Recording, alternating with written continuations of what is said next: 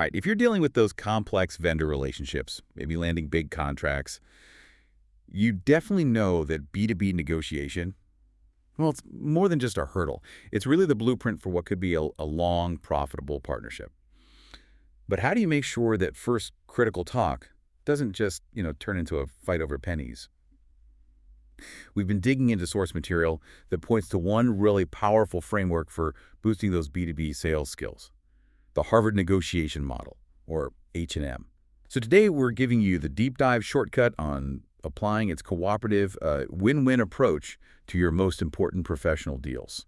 That's exactly the plan. We're taking this academic theory and making it actionable for B2B. The H&M framework itself, it came from Roger Fisher, William Ury, and Bruce Patton. They laid it all out in that classic 1981 book, Getting to Yes. And it's really famous because it shifts the whole focus of the conversation. Yeah, it's not just some dusty old book, though, is it? It feels like a living method. It basically throws out the idea that someone has to win and someone has to lose in a negotiation. Precisely. It works on this core idea that the best, most lasting agreements come when you follow one guiding principle. Always separate the people from the problem. You focus on the actual issue, the shared challenge you're trying to solve, not the personalities or, the emotions involved. Okay, so that philosophy brings us neatly into Section 1, the 6 core principles. These are the foundations of the Harvard model. These are the things that help you make that shift, right? From fighting your corner to actually solving the problem together. We have to start with that absolute key differentiator. Principle 1, separate people from the problem. Honestly, in B2B sales, this can be the toughest one. The stakes feel high, professional reputations are kind of on the line. The goal is just to keep things rational, objective. But okay, how do you actually do that when, say, your quote is looming and the client seems, well, difficult? Our sources talk about 3 common human roadblocks here. First is just differences in viewpoints. People misunderstand the real issue. hmm Then second, emotions. This is huge in B2B. Anger about a missed deadline, maybe fear about hitting internal cost targets. That stuff can totally hijack rationality. If you see someone reacting emotionally, you kind of have to acknowledge it first, gently, before trying to steer back to the facts. Right, address the feeling before the logic. And the third one is communication breakdown. Simple misunderstandings or sometimes just no real dialogue happening at all. So if you can get principle 1 right, you've sort of cleared the path for cooperation, but you're not quite there yet. Exactly. Because the next step, principle 2, that's the engine. Focus on interests, not positions. So if a client comes in saying, we need product X for $50,000, that's their position. It's the what. But H&M pushes us to ask, why? What's behind that number? Okay, let's make that concrete. If a B2B contact digs in on wanting, say, a huge 30% discount, that's their position. Yeah. But their underlying interest, it might not just be about saving money, right? Precisely. Their interest could be needing to hit some internal savings goal to get board approval. Or maybe their real interest is reducing risk. They might actually take a smaller discount if you offer, say, a guaranteed 2-hour SLA response time, or perhaps flexible payment terms to help their cash flow. Yeah. The interest is the underlying need, the why. The position is just the stated demand, the what's. Once you figure out the shared interests, like maybe both sides want efficiency or reduced risk, then you can start building solutions together. That's a really key distinction. Okay, so once you understand those underlying interests, what both sides truly value, then you can move to principle 3, invent creative solutions. This means we have to actively look beyond the usual answers, like just saying yes or no, or maybe tweaking the price by 5%. Yeah, and this is often where B2B folks can get a bit stuck because, we're used to standard contracts, standard price lists. The source material really emphasizes that creativity here isn't easy. It takes flexibility, a willingness to brainstorm options without shooting them down instantly.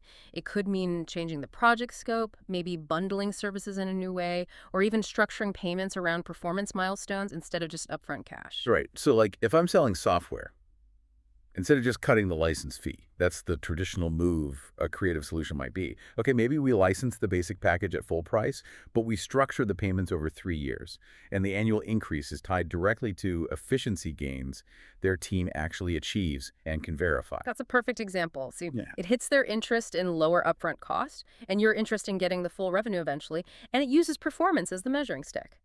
But those creative ideas need a solid foundation, which brings us to principle 4. Use objective criteria. Oh, okay. So the moment you start bringing in objective criteria, you stop arguing about feelings or opinions, and you start discussing facts. The criteria need to be fair, impartial, something you can actually measure. It takes the emotion out of it. And in B2B, this is absolutely vital for building trust. When you're hashing out terms, you can't just rely on, well, I feel this is fair. You point to market standards, legal precedents, maybe verifiable data on component costs, or even third-party industry benchmarks. This makes the value proposition clear, transparent. If you justify a price hike with objective data about supply chain costs, you're negotiating facts, not just your opinion. I like that focus on transparency. Okay, so how do we actually deliver these facts and creative ideas? Sounds like principle 5.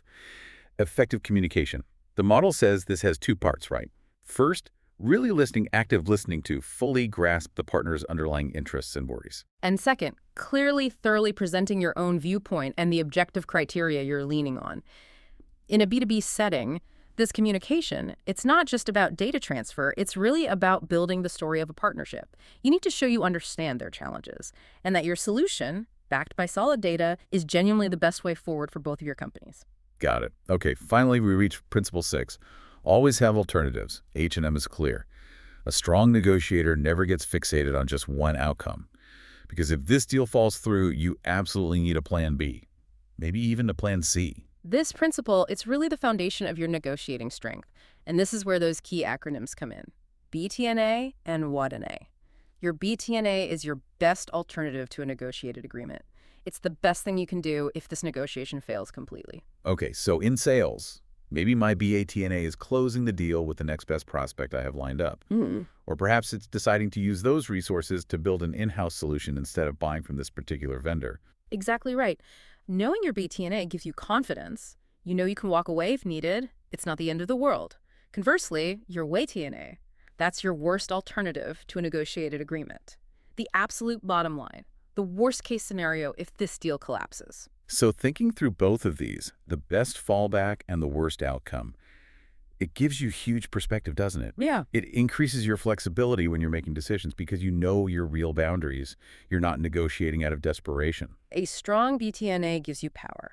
An honest look at your WATNA gives you strategic clarity. Absolutely. Okay, that framework gives us the toolkit. Now, let's move into section 2. Let's see how these 6 principles actually play out in very different situations, show their versatility. Let's start right where we live. Business contract negotiation, our main B2B focus. Right. So when you're negotiating contract terms, H&M keeps the discussion professional, objective. You separate people from the problem by focusing only on the clauses themselves. Risk allocation, payment schedules, IP rates. You don't get sidetracked by the other lawyer's style or how difficult you think that they're being. And you use objective criteria constantly. You lean on existing laws, regulations, what's standard market practice for everything from liability limits to warranty periods. And crucially, going back to that engine principle, you focus on interests. You have to clearly define what both sides actually need. Maybe the seller needs predictable cash flow above all else. Maybe the buyer absolutely needs the flexibility to scale up or down later. A good contract finds a way to meet both of those underlying needs. Makes sense. Now, let's scale up the complexity quite a bit. International trade negotiation. Here, the principles have to stretch across cultures, politics. Yeah, here, separating people from the problem requires, frankly, a deep respect for different cultural norms and viewpoints. What looks like an emotional reaction or just an arbitrary delay in one culture might actually be standard operating procedure in another. You have to understand that. And to make sure things are fair across borders, you have to really rely heavily on objective criteria.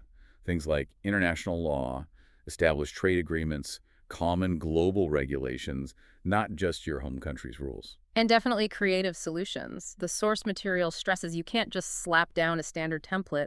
You need ideas tailored to the specific regulatory environment, the economic conditions of the countries involved. Maybe that means using specific trade incentives or structuring currency exchanges carefully. And communication here is just paramount. Clear language, accurate translation, and a very respectful, deliberate way of resolving differences. Okay, and one last example just to show how broadly human this model is. Yeah. Let's touch on the maybe unexpected context of resolving family disputes. Yeah, it seems miles away from B2B, but the structure holds up perfectly. You separate the people from the